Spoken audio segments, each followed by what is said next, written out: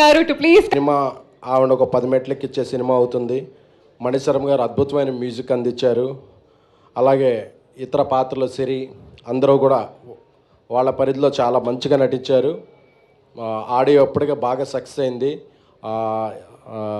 నా co producer నా brother Dheeraj కూడా ఈ సినిమా బిజినెస్ని ముందుకు తీసుకెళ్తున్నారు. సో ఇప్పుడు ఎలాగో Q&Aలో మీరు ఏదో సంధిస్తారు కాబట్టి దానికి ప్రిపేర్ అవుతున్నాం.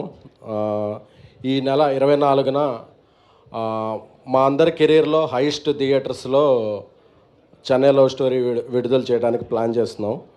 Thank you.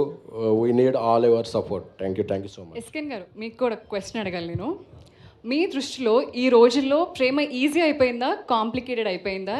And me favourite 90s love story ఏది సినిమాలలో? తొలి ప్రేమ నాకు బాగా ఇష్టమైన సినిమా అండి, పవన్ కళ్యాణ్ గారిది. ప్రేమ ఎప్పుడు ఈజీ కాంప్లికేటెడ్ కాదండి.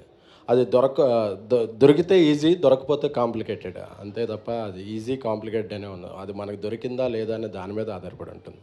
Thank you. And final question, baby లాంటి కల్ట్ సినిమా తీసాక మీ నెక్స్ట్ సినిమా ఏంటి అని జనాల్లో ఎక్స్పెక్టేషన్స్ పెరుగుతూ వస్తుంది. అండ్ ఇప్పుడు చెన్నై లవ్ స్టోరీ మీద చాలా ఎక్స్పెక్టేషన్స్ ఉన్నాయి జనాలకి. మరి ఈ సినిమా గురించి ఒక్క లైన్లో చెప్పాలంటే మీరు ఏం చెప్తారు? క్లాసిక్. థ్యాంక్ యూ అండి.